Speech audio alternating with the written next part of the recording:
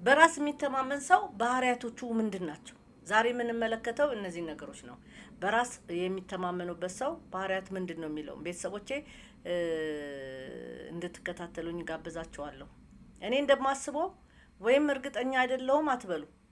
ብዙ ጊዜ ሰዎች የሚሉት አለ እኔ ካንተ አላቅምና እኔ እንደሚመስለኝ እኔ እንደማስበው እኔ እርግጠኛ አይደለሁ። እርግጠኛ ካልሆንክ ኮንፊደንስ ከሌለ አትናገረው ስለዛ ጉዳይ። ስለዚህ እነዚህ ነገሮች ማለት የለብንም። እንግዲህ በራስ የሚተማመን ሰው ባህሪያቶችን የምንሰነዝረው ትችትና አስተያየት በጥልቀት በማጤን ልምምድ ማድረግ መቻል አለብን። ዝም ብለን ለሰዎች በተለይ የምንሰጣቸው ነገሮች ሰዎችን እንዳይጎዳ የሚጠቅም ምክር መሆን መቻል አለበት። ታርጌት አድርገን ለማጥፋት እንዳይሆን ማለት ነው። አዲስ በሆነ ነገር ላይ ወዲያው ጎበዝ መሆን እንደማይጠበቅብን መረዳት በጣም ብዙ ጊዜ ችግር የሚፈጥርብን አዲስ የሆነ አዲስ ቦታ ስንመደብ ወይም አዲስ ስራ ላይ ስንገባ ፐርፌክት መሆን ወዲያው እንፈልጋለን። አይቻልም። ባለመሆናችን ደግሞ እናዝናለን።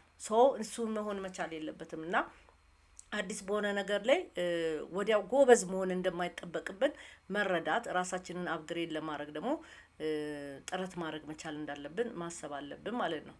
ሙሉ የማስተዋልና የመለየት ችሎታን ደግሞ ማደዋል። ብዙ ነገሮችን ማስተዋል ችግሮችን እና ከጥሩ ነገሮች ላይ ለይተን ማወቅ መቻል አለብን ብዬ ነው የማስበው። ቤተሰቦቼ እነዚህ ነገሮች ተጠቀሙባቸው። አመሰግናለሁ።